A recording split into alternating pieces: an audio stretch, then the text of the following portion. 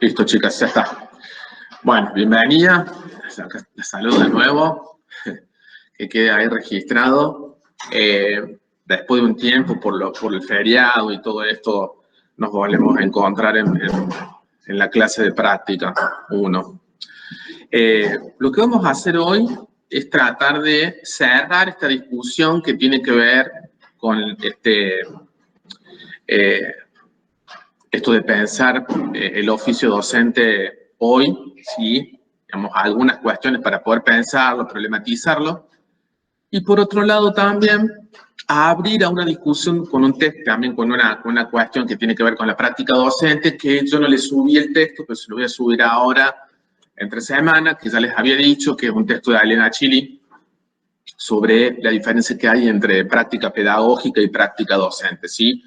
Que más allá de esa diferenciación, lo interesante es que nos pongamos a reflexionar qué ha pasado con nuestro oficio, ¿no? Digamos, es un elemento interesante que aporta mucho. Si bien es un texto que tiene muchos años, sigue siendo potente todavía. Así que, bueno, vamos a ver. Bueno, más vale que también está la cuestión de que ustedes puedan participar o preguntando, bueno, también aportando a estas cuestiones, ¿no? Básicamente, vamos a empezar, vamos a poner a dialogar lo que hace los aportes de Tenti Fanfani y de la Southwell, ¿sí? Que es justamente esto de la revista El Monitor, que por ahí, bueno, hay cosas que no, como es un texto muy reducido, pareciera que hay muchas cosas que están apenas nombradas, pero no están desarrolladas, ¿no? Vamos a tratar de agarrar y poder profundizar un poco sobre esas cuestiones. Fíjense cómo el planteo de Miriam Southwell, ¿sí? De la cuestión del oficio, de lo político-pedagógico, está enclavado en ese nudo, en ese núcleo, mientras que la mirada de Tenti Fanfani la hace más de un punto de vista sociológico, ¿sí? Incluso uno podría empezar a ver cómo algunas cosas que plantea Tenti Fanfani se contradicen un poco con las que plantea la Southwell, ¿no? Bueno, eso no está mal, es parte de esto y es parte desde donde uno mira, ¿no? Desde donde uno enfoca los problemas. Así que, básicamente, lo de Dussel y Southwell, que hablan de la responsabilidad político-pedagógica, ¿no? Fíjense cómo ahí ya hay términos que ya no son extraños, sino que ya podemos anticipar, incluso problematizar a qué se van a referir. Una de las notas que me parece interesante en este planteo de las autoras tiene que ver con esta idea de, creo que los dos, pero más fuertemente dicho, ¿no? Que una de las características que tiene la docencia justamente tienen que ver con la inmediatez y la imprevisibilidad. Que ambas la toman, ¿no? Pero que básicamente me parece a mí que desde el punto de vista pedagógico es más interesante en el planteo de Southwell y de la Dussel, ¿no? Volvemos acá a lo que habíamos visto en pedagogía, cuando decíamos que la educación, en todo caso, cuando el proceso de formación, la formación es un proceso inacabado y que no es completamente determinado, es indeterminado, ¿sí?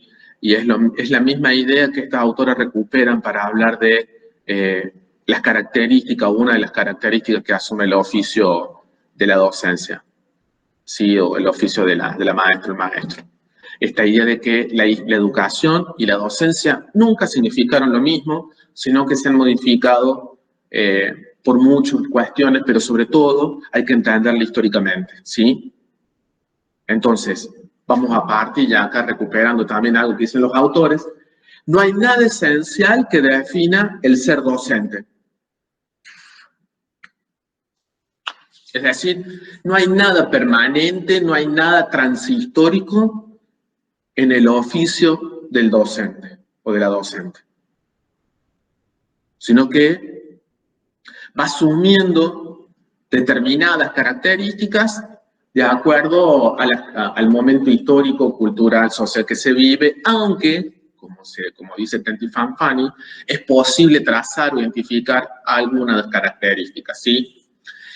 Y ahí es donde trabajan ambos, los tres autores, las tres autoras, ¿no? Digamos, es decir, a ver, ¿qué significa esto que plantea la Inés Dussel cuando habla de la responsabilidad político-pedagógica? A ver, ¿ustedes leyeron eso? Supongo que sí, así que a ver qué me podrían aportar, porque ahí está la clave, ¿no? De poder entender esto. ¿Qué me pueden decir? Es como para sumar, digo, no es para... De lo que leyeron, ¿qué les quedó? Profe, Sí. tengo una pregunta antes. Cuando hablan de docentes, ¿están hablando de personas que habitan a la educación en tanto escolar, o sea, como en ámbito escolar? ¿A eso refiere directamente la docencia, ese sujeto, digamos? Sí, Palo. Solamente para la escolar. Difícilmente es, digamos, a mí me gusta más impugnar la idea de hablar de docencia fuera de la escuela. Es otra figura, es la figura de educadora o educador, que también es la docencia, pero tiene, digamos, básicamente hay una diferencia muy grande, como dijiste vos, ¿no? O sea, la docencia tiene que ver con un oficio regulado estatalmente, ¿sí? O sea, el sistema educativo. Es una gran diferencia. Por eso, en una organización social o ponerle en una biblioteca popular, no cualquiera, pero ponerle, yo trabajé un tiempo en la Biblioteca Bellavista, ¿no? La Biblioteca Popular Bellavista es un impresionante su desarrollo pedagógico, con un montón de talleres y escuelas, o sea, me echaron, o sea, no es que me echaron por cuestiones, digamos, por problematizar, ¿no? O sea, también tiene sus cosas la Bella Vista, digamos, no es que, pero bueno, yo alfabeticé a adultos varios años ahí. Ahí sí, pero bueno, ahí se habla, bueno, en verdad ahí había otra figura que era bastante cuestionable, me parece que era la figura del facilitador, digamos, pero más allá de eso, ahí sí podríamos hablar de educadora. O sería más recomendable, ¿sí? Porque eso significa también que a lo mejor podremos pensar una práctica con muchas menos restricciones. En cambio, como diría Tenty Fanfani, ¿no? La docencia como oficio es justamente un oficio que tiene sus regulaciones y fuertes. Regulaciones estatales, regulaciones curriculares. Entonces no es que uno hace lo que se le canta, que tampoco es así, pero digo, hay regulaciones. Aunque, fíjate qué interesante, porque el texto de las dos autoras, ahí vuelvo a lo que estaba hablando antes, a estas dos autoras que hemos nombrado, ¿no? A la Dussel y Sowell, es lo que están planteando, es otra cosa también, ¿no? Esta cosa particular que tenemos las maestras y los maestros, de apelar a un montón de cuestiones que tienen que ver con nuestra subjetividad a la hora de decir, digamos, y justamente ellos lo plantean. Subjetividad quiere decir personal, ¿no? Hay un montón de decisiones y cuestiones que hacen a lo personal. Ahora, ahí está el tema de lo que ellas dicen de la responsabilidad política y de la responsabilidad pedagógica, ¿no? ¿En qué sentido? Por ejemplo, en el no predeterminar la imposibilidad del acto educativo en una escuela urbano marginal. Es decir, más concretamente, lo que estoy diciendo es, yo no me puedo resguardar, aunque esto suena también a, ella está hablando desde el punto de vista de ser parte del gobierno, ¿no? Y eso también hay que entender. Pero yo también estoy de acuerdo y Freire diría, bueno, no hay práctica educativa que no sea esperanzada. Es decir, uno no puede educar partiendo desde un sentido, de un sentimiento, de una perspectiva ética de de la derrota, ¿sí? Digamos, si yo creo que este mundo es una porquería, si yo creo que es imposible transformar, si yo creo que la humanidad no tiene la posibilidad de elegir otra forma de ser, está difícil ser educador o educadora. Porque básicamente a lo que se dedica una educadora o un educador es a eso, a mejorar a las personas, a transformar a las personas, ¿sí? Ahí está lo ético y lo político anudado. Entonces, las autoras toman esta idea, este ejemplo de cómo en muchas escuelas, maestras y maestros se escudan en esto para que digamos, como una práctica pedagógica previamente fracasada, digamos, ¿no? Como decir, bueno, básicamente de decir, bueno, a estos pibes no les da. Enseñarle lo mínimo, total, no le da la cabeza. Enseñarle lo básico, porque en verdad van a salir de acá y se van a dedicar al choreo, entonces la escuela no les sirve de nada. Fíjense, eso es lo que dicen cuando las autoras cuando hablan de la responsabilidad, ¿no? Es decir, la responsabilidad que tenemos sobre la subjetividad de los otros y de las otras, de los niños y las niñas, no es menor. Los maestros y las maestras, como plantean estos autores, que me parece muy interesante, es cómo doblemente somos ciudadanas y ciudadanos, las docentes y los docentes. Es decir, está configurada mi subjetividad ciudadana, es decir, yo como un ciudadano, una ciudadana, que sigo ejerciendo la ciudadanía, y al mismo tiempo que estoy mediando, como dicen esas, que soy el mediador o que soy el formador de la subjetividad de la ciudadanía de muchos chicos y chicas. Eso no es nada, esto no es moco de pavo, no es gilada, diríamos, esto es muy importante, porque eso es lo que significa hacerse responsable, ser responsable, acompañar, digamos, ¿no? El devenir de muchos chicos y chicas. Y esto, digamos, y no solamente en términos de cuidado, no es un cuidado solamente en términos emocionales, o si quieren de acompañamiento, digamos. No, también tiene que ver con lo ético y lo político. Tiene que ver con lo ético, porque yo tengo que, digamos, tengo que ser permanentemente reflexivo, acerca de lo que deseo para el otro, para la otra, y a la vez, ¿qué es lo que voy a darle? ¿Qué voy a contribuir a que construya él para su futuro? Y ahí esta idea, le digo, cómo muchas veces las maestras, los maestros terminan, digamos, haciendo el efecto Pigmalión de decir, bueno, va, este pibe viene de abajo, no va a llegar nunca. La meritocracia, ¿no? Fíjense cómo la meritocracia como idea educativa choca contra esta idea de la responsabilidad ética, política, pedagógica, ¿no? Es más, digamos, detrás de esto que estamos hablando está la idea de que la escuela lo que debería hacer es ensanchar o por lo menos mostrar otras formas de ser y estar en el mundo a los pibes y a las pibas que no lo tienen en su cotidiano fuera de la escuela. ¿Está bien? Entonces, ahí se anuda esto de cómo la maestra y el maestro son mediadores culturales, son mediadores sociales de las cosas que van a construir los pibes y las pibas, de los saberes que van a construir los pibes y las pibas. Entonces, es nuestra responsabilidad estar formados, formarse continuamente, pensarse continuamente, pensar la práctica, sus prácticas, justamente sus prácticas pedagógicas, para no terminar siendo, digamos, justamente alguien que inhiba más que posibilite. Y si ustedes vieron que venimos hablando, ¿no? Cómo la escuela es una máquina de inhabilitar. Les puedo dar ejemplos sobrados de máquina de inhabilitar, ¿no? Desde decir que alguien no va a pasar de la escuela primaria porque sus padres son analfabetos, no terminaron la escuela. ¡Terrible!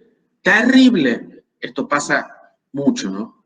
Pero digo, hay que problematizarlo, hay que cuestionarlo, no es normal. O decir, por ejemplo, pasa muchísimo en las escuelas, que si algún familiar fuese a la escuela antes de decir y que le fue mal, también le va a ir mal. Eso le pasó a mi sobrina, por ejemplo, que padeció la escuela secundaria porque sus primas eran terribles y Jazmín nada que ver, pero se comió el viaje de ser justamente prima de tipos que le hicieron la vida imposible a sus profesores y profesoras, ¿no? Un ejemplo minúsculo, un ejemplo muy personal. A mí, yo me fui con la idea de la primaria que era sucio. Tuve satisfactorio y no satisfactorio en todas las libretas de primero hasta que terminé la primaria. Tuve mala nota en aseo. ¿Saben por qué? Porque ninguna de mis maestras se dio cuenta que era zurdo. Y que cuando empecé a escribir con la lapicera, obviamente, en las carpetas que nos pedían, los zurdos escriben al revés de los derechos. Entonces, primero pasan la tinta y después pasan la mano. Y es obvio que vas a romper los ojalis, es obvio que vas a ensuciarte las manos. Bueno,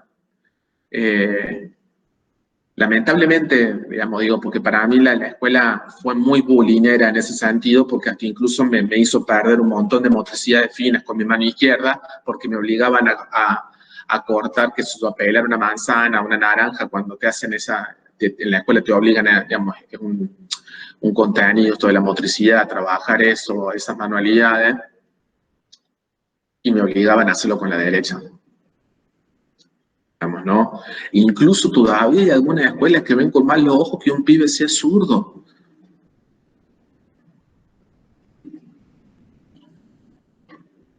Como si fuera una aberración. Bueno, ustedes saben, ¿no? Cómo la configuración medieval decía diestro a quien era derecho y siniestro, siniestra o siniestro a los zurdos.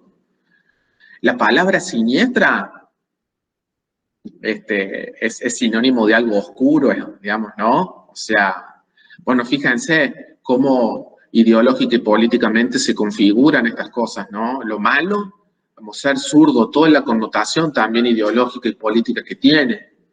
Pero bueno, a esto se refiere la cuestión también de la responsabilidad ética y política, ¿no? Fíjense cómo hay que ser muy reflexivo, ser muy cuidadoso en qué hacemos y qué no hacemos con las chicas y con los chicos, ¿no?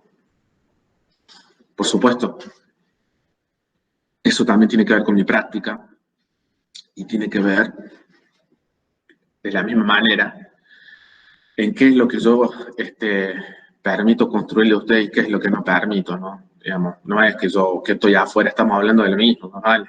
Digamos, en ese sentido. Bueno, ¿se entendió? ¿Cómo vamos hasta acá? Díganme, por favor, para seguir, avanzar o no. O si tienen alguna pregunta.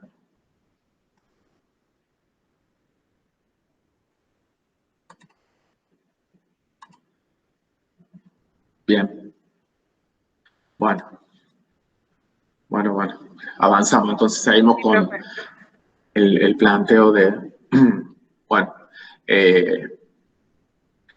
Volviendo a Tenti Fanfani, ya pasamos un poco esto de la responsabilidad a qué se refiere, ¿no? Digamos, fíjense lo último que voy a decir de ambos lugares. Que te gusten los niños y las niñas no sirve casi de nada para elegir la docencia, ¿sí? La docencia tiene que ver con otra cosa, con muchas otras cosas, ¿sí? Vamos, eso, a ver, buenísimo que nos gusten los pibes y las pibas, nos gusta trabajar, que uno se sienta que tiene, no sé, como un don para trabajar con los niños y las niñas. Bueno, en condiciones de partida eso es 0,01, ¿sí? Digamos, si no, no estaríamos en una formación de 4 años para ser docente. No es una cuestión de gusto, no es una cuestión de elección, no. Para eso está la formación, porque eso también tiene que ver con los condicionantes, la forma en que se construye este oficio. Entonces, Digamos, buenísimo que nos guste trabajar con los chicos y las chicas. Ahora, no me suma demasiado a la hora de formarme como docente. Eso es lo que quiero decir. ¿Por qué no me suma demasiado por todo lo que estamos charlando? ¿Sí? O sea, porque esta cuestión de la responsabilidad ética, política, pedagógica de la docencia va mucho más allá. Y también tiene que ver con mi responsabilidad sobre mí mismo, como les dije, ¿no? Bien, pasamos entonces en el planteo de Fanfani. Fanfani es un sociólogo argentino también, todas estas autoras, los Sowell y Dussel y Fanfani son argentinos, ¿no? Todo digamos, tenemos ahí a grandes pensadores, pedagogos, pedagogas, aunque se han borrado en el último tiempo, pero bueno, digamos, Fanfani lo que viene a plantear es la idea de cuáles son los discursos o las orientaciones en torno a qué significa entender a la docencia como una profesión, ¿sí? O en todo caso, el oficio de enseñar. Digamos, fíjense que acá ya hay una construcción que es esta idea del oficio, ¿no? Y que ya la habíamos problematizado antes, que hablábamos de que el oficio nos daba la pauta de un aprender, o digamos, aprender en la práctica, aprender en el contexto, pero que también tenía que ver con esta idea de que requería una serie de herramientas, de competencias, ser docente, que rebasan la idea de trabajar solamente en la experiencia, ¿sí? Porque si no, podríamos estar de acuerdo con la idea de que hacer docente se aprende cuando estás en la escuela, y no es así, no debería serlo. Porque si uno cree, esto es un sentido común, chicas, que se transmite mucho, ¿no? Ya vas a ver, te vas a empezar a ser maestro o docente cuando estés en la escuela. La formación no sirve de nada. Bueno, no está haciendo mucho daño, digamos, en ese sentido, porque, bueno, no estudiemos 4 años, entonces, no estudiemos, vamos a la escuela y van a ver si es tan así, digamos, de que los 4 años no sirven de nada. Por supuesto que sirven. Lo que pasa es que, como estamos diciendo, la formación no es algo aprensible, no es algo medible, algo hasta lo que yo puedo objetivar completamente. Estamos hablando de una forma en la cual actuamos y ponemos a jugar estos conocimientos, estos conceptos, estas categorías, ¿sí? Estas formas de intervenir en el aquí y ahora, pero que no tienen solamente que ver con la formación, sino con nuestra escolaridad, con nuestra historia. ¿Cuándo empieza la formación? A ver, ¿cuándo empieza uno a formarse como docente? ¿Qué les parece a ustedes?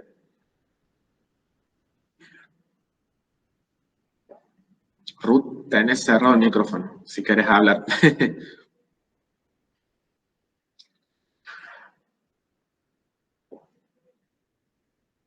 Pensé que querías hablar. Sí, desde el primer grado, o antes, del jardín.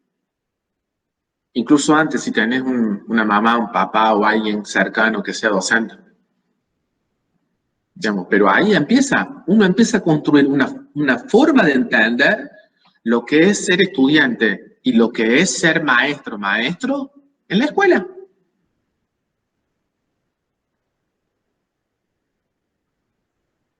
Entonces, la formación viene, digamos, hay que tomarse seriamente la formación para poder conmover, para poder problematizar, reflexionar esa biografía que hemos construido propiamente en la escuela.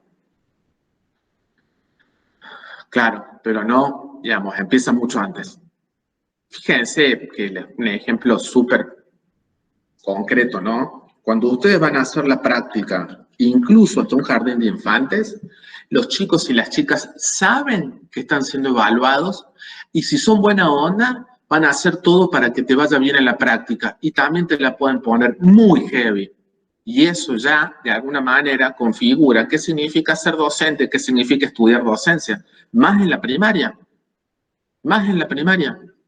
Entonces quiere decir que uno va construyendo, digamos, mientras va siendo estudiante, va construyendo también, incorporando formas de entender la docencia.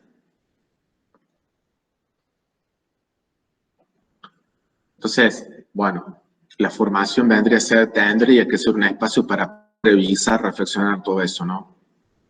porque si no, lo que sucede es que, como les dije en las clases anteriores, creo, como decía Bourdieu, ¿no? Nuestra característica como oficio principal es que somos una de las pocas profesiones que se forman en el mismo lugar que trabaja. Entonces, salimos de la escuela y vamos a la escuela, con lo cual es muchísimo más fácil reproducir la forma en que aprendimos, poner a jugar todo aquello que es natural para nosotros. ¿Qué es lo que es natural? Lo que nos pasó en todos esos años en la escuela.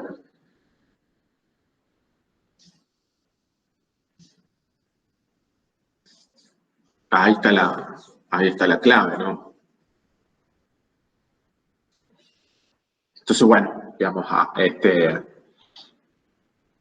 Fanfani lo que nos dice, a ver, entonces, este oficio tiene regulaciones, ¿no? Tiene regulaciones estatales, tiene regulaciones culturales, epistemológicas, ¿sí? Y hay modelos para pensar la profesionalización docente que son contrapuestos, dice él. Y a modo esquemático, plantea como dos visiones contrapuestas, ¿no? La línea más técnico-instrumental de la profesionalización docente, y él habla de un modelo orgánico, uno puede ser un modelo hermenéutico de la docencia y que tiene focos diferentes, mientras el instrumental apela más a la formación disciplinar y burocrática, ¿sí? de los docentes, la tradición más de corte hermenéutico u orgánica, como le dice él, apela más a un docente contextual, a un docente que apele a saberes, digamos, locales, a sus saberes locales, particulares, para tomar decisión en base a lo que le vas estudiando concretamente su práctica, digamos, situado, ¿sí? Hoy se dice una docencia, una enseñanza situada, que tenga en cuenta el contexto, la particularidad de los niños y las niñas, el saber, la imprevisibilidad, la inmediatez. Bueno, lo que hace Tenti Fanfani es decir, bueno, en Argentina, como en Latinoamérica, la gran mayoría de las reformas educativas contradictoriamente ha dicho o ha querido hacer reformas que vayan más a este docente situado, pero que terminan cayendo en reformas que tienden a una profesionalización instrumental.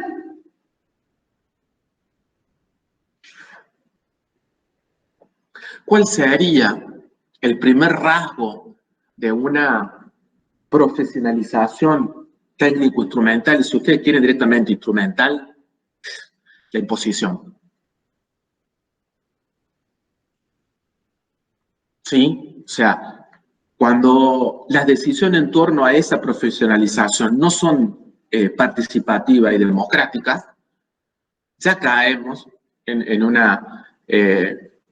intento de profesionalización que es instrumental. ¿Por qué? Y, como les dije, no sé si nos convierte en cosas, ¿sí? Somos objetos. No participamos. No nos preguntan. Entonces, si el proyecto de profesionalización es vertical, es instrumental.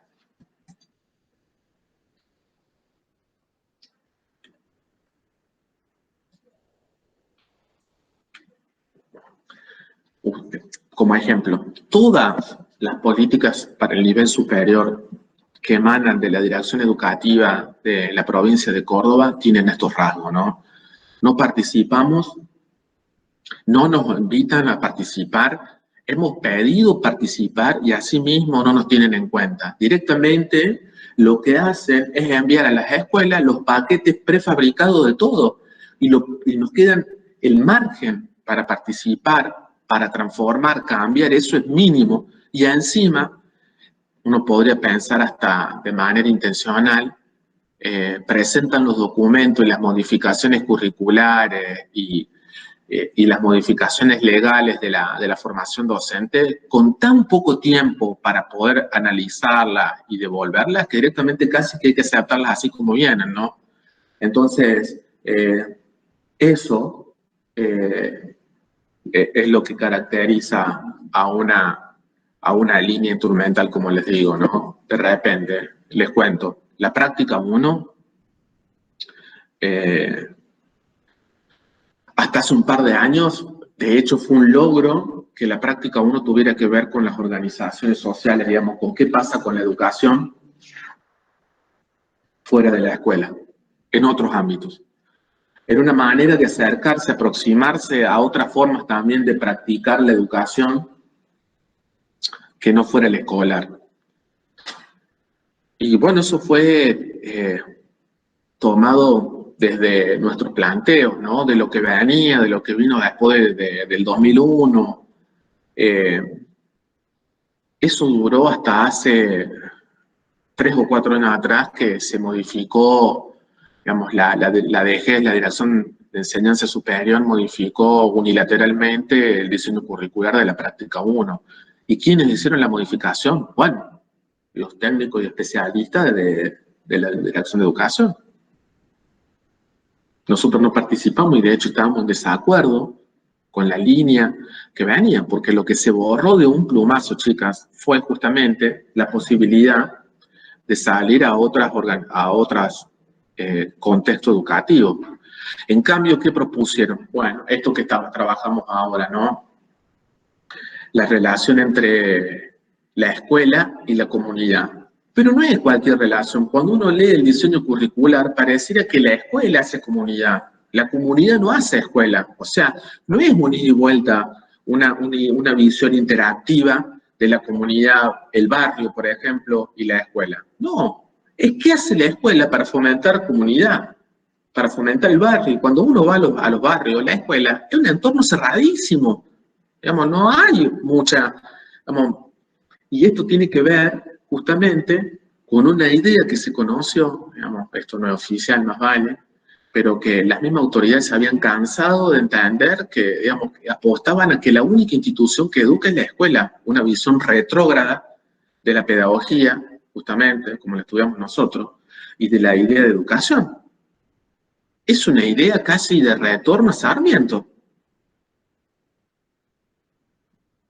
Fíjense, ¿no? Casi que la escuela es civilización, lo que está afuera es barbarie.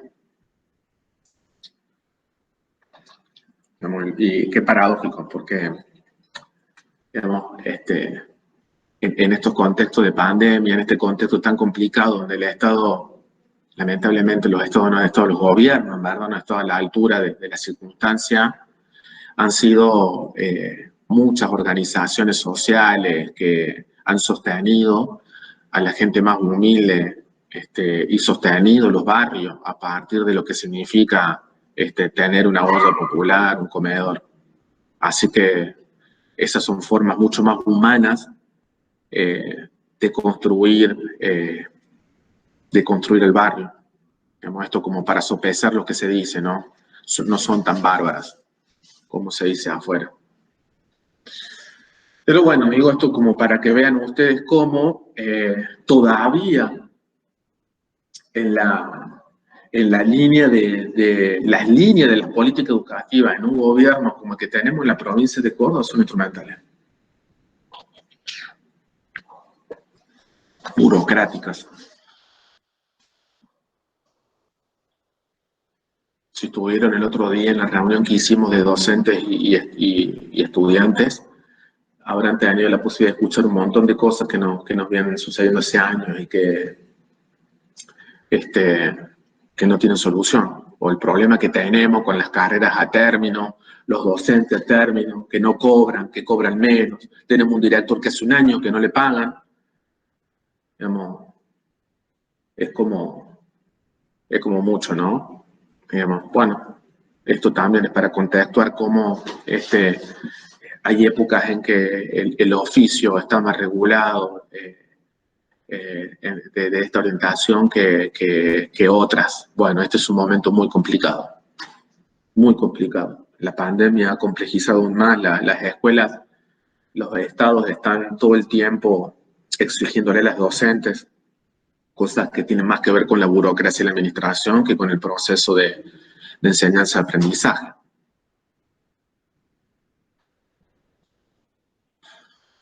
¿Cuántos hay? ¿Cuántos los hay? ¿Cuántos se te fueron? Difícil. Difícil lo pedagógico en un contexto pandémico, ¿eh? Difícil. Sí, lo que no más importa es que no haya contagio. Digamos, más vale. No estoy diciendo que no haga por eso, no se confundan, o sea, hay que hacerlo, digamos, pero desvirtúa mucho nuestro laburo.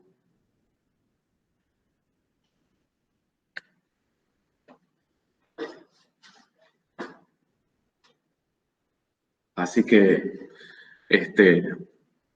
ahí tienen los ejemplos. A ver, ¿ha habido procesos dentro de empoderamiento para los docentes? Y sí lo ha habido, pero han sido mínimos, ¿no?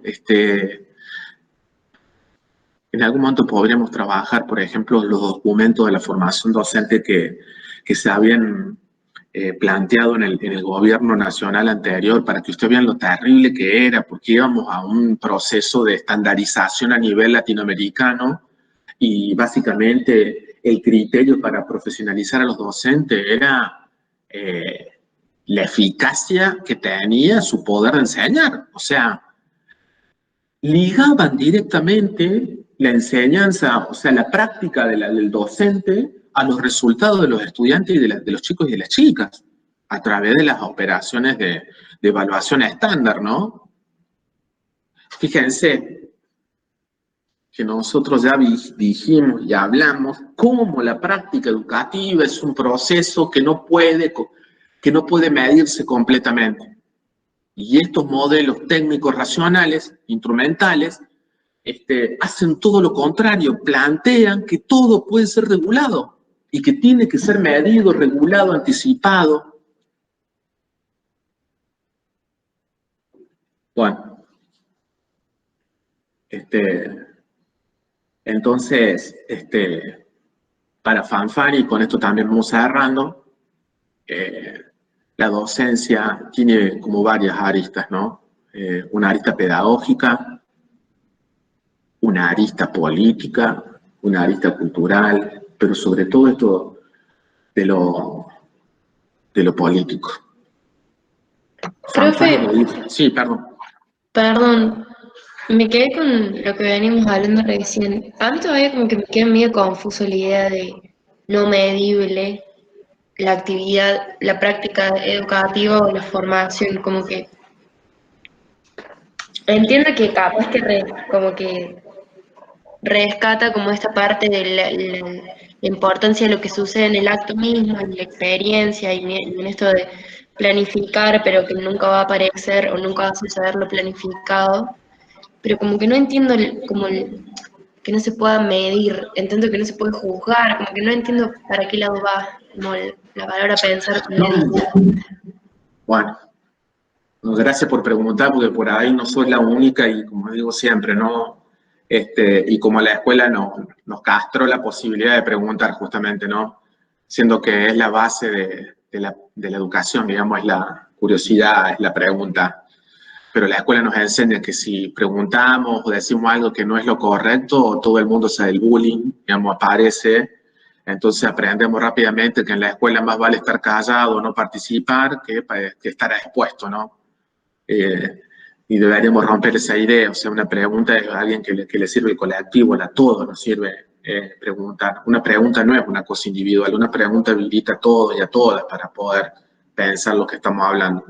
Ténganlo en cuenta también ustedes para cuando estén con los pibes y las pibas, enséñenle a preguntar, favorezcan la pregunta, las preguntas sirven mucho, los chicos tienen que hablar, tienen que decir lo que piensan, sienten, porque si no, esto es la muerte, digamos, no es la educación, es otra cosa. Digamos, es muy importante preguntar, así se aprende, aún sin que haya sido yo el que pregunta. Por eso tiene un sentido colectivo, grupal, el aprendizaje y la enseñanza. Bueno, a ver, lo que decimos con esto de lo medible, no regulable, ¿no?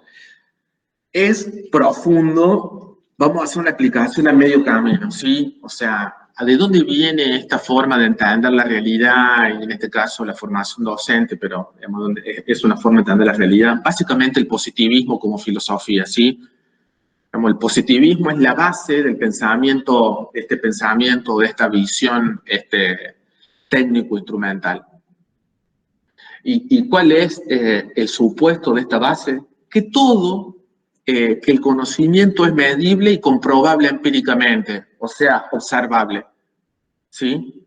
Observable, medible. El criterio de verdad es aquello que puede ser observado, medido, regulable, medido, y anticipado. Eso hace la ciencia, digamos, desde el punto de vista del positivismo, ¿no? Entonces, ¿qué es lo que se hizo? Se traspasó ese modelo a toda la realidad y, por supuesto, también a lo que es la educación. Entonces, a ver, en un criterio racional, ¿sí? Como el que estamos hablando, todo puede ser regulado, todo puede ser medido siguiendo este esquema. Y bueno, ¿por qué? Bueno, básicamente porque la pregunta es, ¿qué tan eficiente es un modelo? ¿Qué tan eficiente es la formación o la práctica, la formación en la escuela primaria? ¿Qué vamos a hacer para medir cuánto sabe un chico? Ahí está, ¿cuánto? Cuando yo pregunto cuánto, es cantidad. Básico, ¿no? Entonces, ¿cuánto saben? ¿Qué quiero hacer? Quiero medir. ¿Y qué hago? Establezco una prueba. ¿Qué sale una prueba? Una regla, digamos, una medición estándar, una regla para un montón de pibes y pibas que son diferentes. Eso se llama estandarización. Entonces, ¿a dónde están los criterios para medir si alguien sabe o no? Están predefinidos, se definieron antes.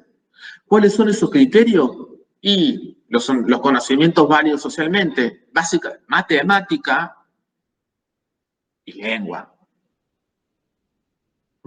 Y ahí empieza todo el cuestionamiento que hacen. ¿Esto es lo más importante? ¿Por qué es lo más importante? ¿Quién definió? ¿Quién definió que las matemáticas y la lengua son los saberes sociales más importantes?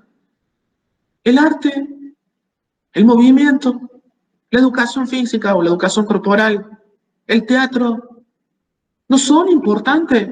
Y se ve que para las clases dominantes no.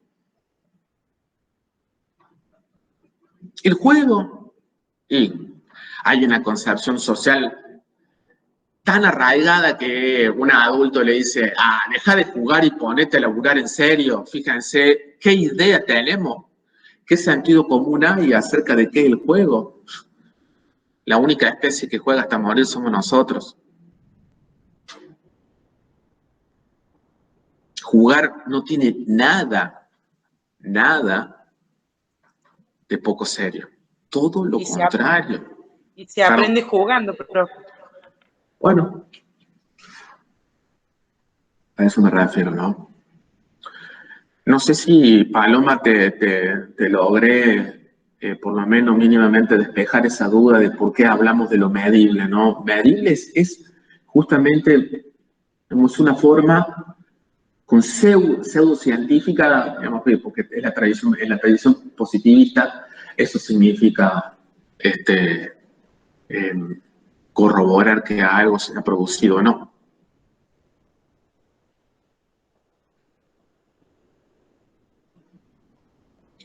Fíjate vos que si uno lo traspasemos a una línea de montaje de producción de autos, el producto final, digamos, es totalmente, está ahí, digamos, ¿no?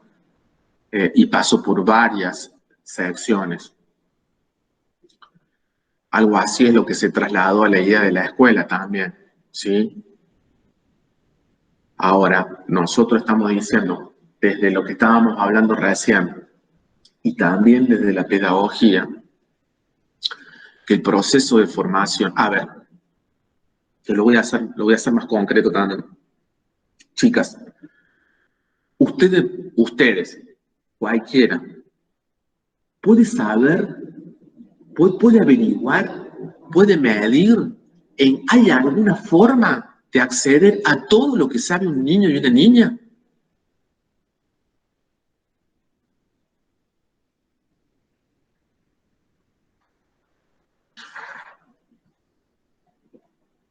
Perdón, profe, ¿cómo le pregunta? Están colgadas, ¿no? Pregunté si hay alguna manera de acceder a todo lo que sabe un niño y una niña, o sobre un tema que sea. Preguntando en todo caso. No, pero no se puede acceder a todo. No, a todo no, pero una parte de lo que ellos entienden. Y claro, pero aparte, no solamente, hay una cuestión muy personal. A ver, chicas, y esto lo van a ver en psicología. El aprendizaje es la acción, el proceso más hermoso que tienen los seres humanos, la humanidad. Y es nuestro, es de cada uno de nosotros. ¿Sí? Nadie puede saber todavía todo lo que pasa por mí, ni también en su cabeza, en su cuerpo, ¿me entienden? A eso me refiero. Eso no se puede controlar, no se puede regular. La educación no se puede regular. Pueden aprenderse un montón de cosas que ni siquiera la maestra o el maestro se había propuesto en una clase.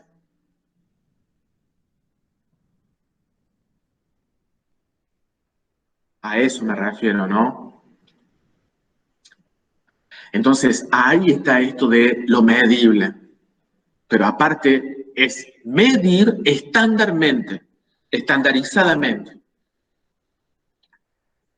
Claro, o sea, perdón, porque como que ahora sí entiendo, porque en realidad sí hay cosas para mí, o que yo creo que sí se pueden medir o juzgar, o lo que sea, pero el tema es cómo hacerlo y con qué objetivo. Porque estoy pensando que sí se pueden como medir las prácticas educativas o los procesos educativos de un curso o de una comunidad escolar, pero con sus particularidades y con... Bueno, pero en verdad yo diría que hay que salirse de esa pregunta, de esa encrucijada. Porque, a ver, digamos, en un proceso educativo, ¿qué es lo que nos interesa o qué nos importa? Y eso tiene que ver con lo político, ¿no? O sea, desde dónde uno entiende la práctica educativa o la educación y para qué educa. Porque esa es ¿cómo respondes? ¿Cómo planteas esa pregunta? ¿Para qué educar? Es una pregunta ética y política, ¿no? Entonces, ahí primero es establecer la pregunta, pero salirse de ese esquema de que hay que saber cuánto aprendió alguien sobre algo. Sí, es una pregunta recontra importante. Ahora, fíjate vos, ¿esa es la manera de medir el aprendizaje? ¿Hay alguna otra manera? Bueno, a ver, si yo preguntara, en vez de preguntar, ¿cuánto sabe alguien? ¿Cuánto sabes vos, Paloma, sobre práctica docente 1 o sobre pedagogía? Yo preguntara, ¿qué podés hacer vos a partir de lo que aprendiste en pedagogía y práctica docente? ¿No cambia? Sí, obvio, y yo creo que por ahí a veces están orientadas las propuestas de las materias como, bueno, con lo que estuvimos leyendo, qué podemos hacer con esto, qué podés escribir, qué podés pensar, supongo, no sé. Claro, bueno, y eso tiene que ver con la idea freiriana de la recreación. Porque la segunda pregunta, la pregunta que yo creo que es más interesante, ¿qué pueden hacer ustedes? ¿Qué puede hacer un niño y una niña con lo que aprendió en la escuela? Que aparte es una pregunta, digamos, que no es regulatoria, sino que es una pregunta constructiva, productora de nuevos saberes. Eso es lo que nos estaba planteando Freire justamente cuando hablaba de cómo el saber se recrea, la educación recrea los saberes, recrea la realidad y lo hace de esta manera.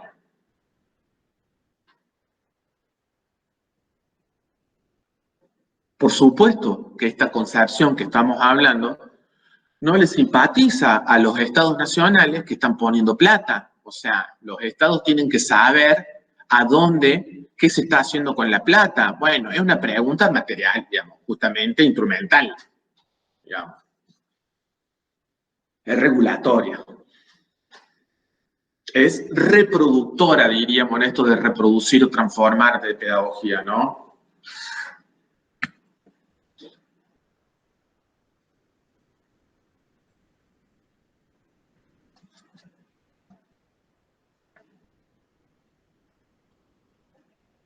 Bueno, Tengo un videíto de un par de minutos sobre la Elena Achilli y sobre este planteo de qué diferencia hay entre práctica docente y práctica pedagógica, que sería como el tema que vamos a hablar un poco ahora y lo vamos a cerrar la próxima clase, pero que es importante porque también tiene que ver con la especificidad del oficio docente, ¿no? O el oficio de enseñar.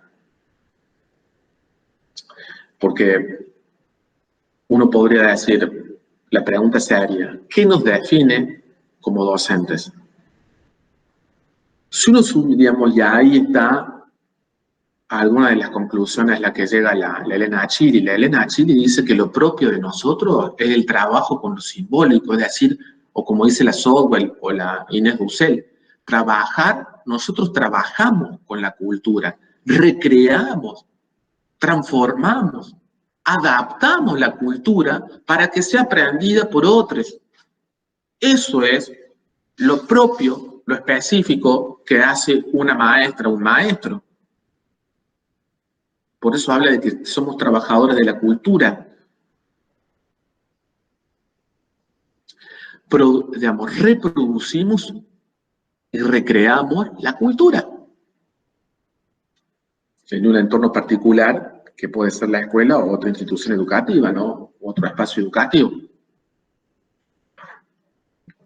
Ahora, ¿qué es lo que nos viene a contribuir justamente la Elena Achilli? Bueno, lo que ella hace una investigación en la escuela y se da cuenta que en verdad la mayoría de las docentes y los docentes terminan haciendo un montón de otras cosas que desvirtúan la especificidad de su trabajo. A todo eso que hacen los docentes cotidianamente en las escuelas y que se aleja de lo específico de su trabajo, la Elena Achilli le llamó práctica docente. Lo específico del trabajo de una maestra sería la práctica pedagógica. ¿Qué es lo que está diciendo la Achilli con todo esto? Lo que la Elena Achilli en una investigación con docentes llegó a concluir mínimamente, porque eso después fue avanzado, pero todo, digamos, se amplió, es que en el cotidiano de la escuela los docentes hacen muchísimas más cosas que solamente trabajar con el saber. Incluso eso, que es su trabajo específico, el trabajo en torno a los saberes, queda desdibujado, queda relegado a un montón de otras tareas que se imponen. ¿Como cuáles? Bueno, básicamente todo lo burocrático administrativo, que es exigencia de la dirección porque la dirección le exige la inspección, ¿sí? Es decir, llenado de papeles y todo eso que también tiene que ver con la lógica regulatoria, por un lado. Las reuniones con los padres y madres, atender cuestiones que tienen que ver con comida, desayuno en la escuela, ¿sí? Fíjense, cuestiones esporádicas como campaña de vacunación y otro tipo de cosas donde el Estado aparece en la escuela, ¿sí? Bueno, eso que desvirtúa la especificidad del trabajo docente, eso es lo que Achilli habla como práctica docente. Entonces, fíjense, lo loco, y esto es como para ir cerrando, también no quiero que... Lo más loco que hemos aceptado, chicas, es que hablamos de práctica docente, afirmando que todo esto es un docente y no es lo que dijo la Achilli. La Achilli viene a plantear esto para decir, che, en verdad le estamos exigiendo un montón de cosas de más a los docentes, pero aparte estamos desvirtuando su trabajo específico, que es la construcción de propuestas pedagógicas. En toda esta maraña de cosas que hace un docente, la pregunta sería, ¿qué tiempo tiene para pensar su propia práctica? Escaso tiempo.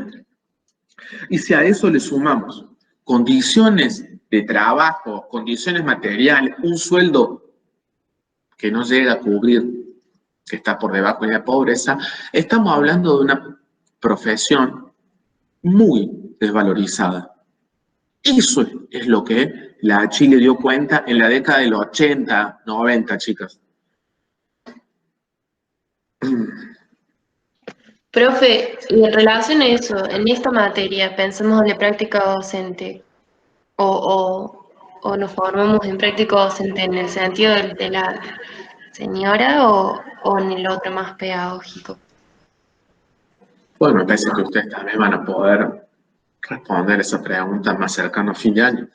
Creo que apostamos a, más vale que apostamos a la práctica pedagógica, digamos, sin desconocer que eso está, y de hecho, chicas, nosotros lo atravesamos, ¿me entienden? O sea, como profes de nivel superior, estamos atravesados también por esto que plantea Chile, ¿sí? No es que nosotros estando en el nivel superior no nos sucede. Tenemos más autonomía, pero sí, eso tiene que ver, sí, como dice ahí la compañera, bueno, eso tiene que ver con las demandas y las luchas por nuestra profesionalización, ¿no? A las maestras y a los maestros, a todos nosotros nos pagan solamente las horas frente al alumno.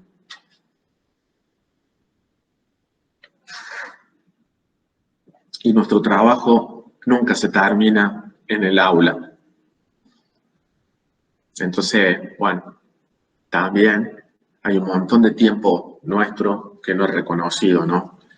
Y a uno le podría sumar en la pandemia que nadie te paga el uso y las condiciones materiales de tu trabajo. ¿Por qué? Y porque estás gastando la luz, la pagas vos, ¿sí? El uso de las herramientas que son tuyas, el uso de Internet no te lo paga nadie, lo pagas vos. Es decir, aún en estas condiciones estamos peor que si estuviéramos en la escuela.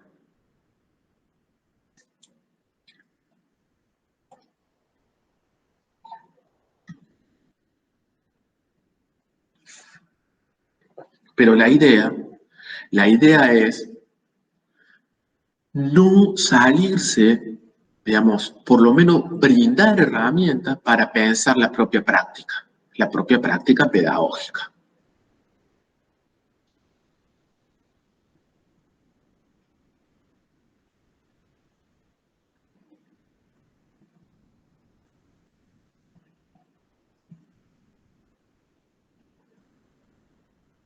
¿Se entiende, chicas?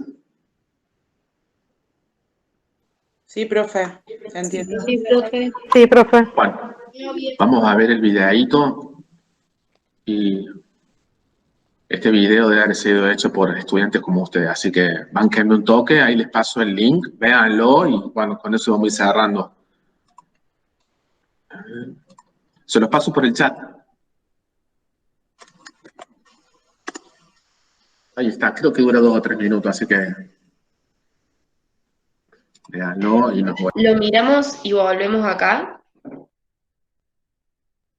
Sí, porfa, así cerramos.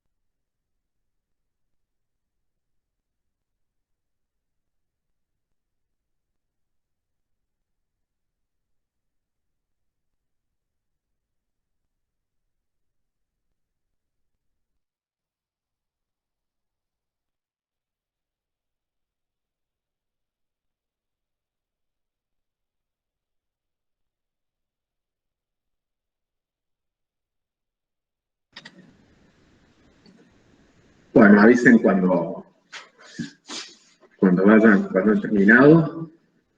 Creo que básicamente les había anticipado esto, pero ese videíto les puede ayudar. Les voy a subir el texto entre semana.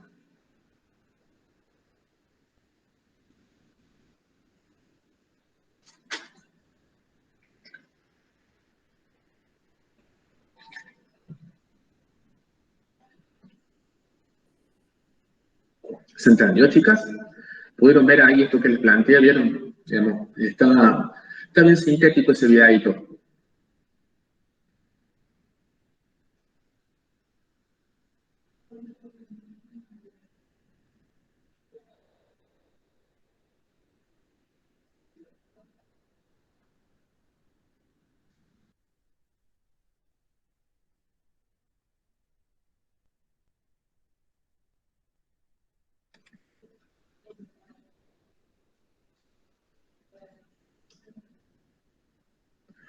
Bueno, ya con esto vamos cerrando la clase de hoy y nos vemos el próximo martes, pero para pedagogía. ¿Profe? Sí, mira, debe haber, no sé si hice alguna actividad ahí en el aula virtual, me tendré que fijar, pero avancen con la lectura. El texto de la Yachini se lo voy a colgar esta semana, no está. ¿Sí? Pero, a ver.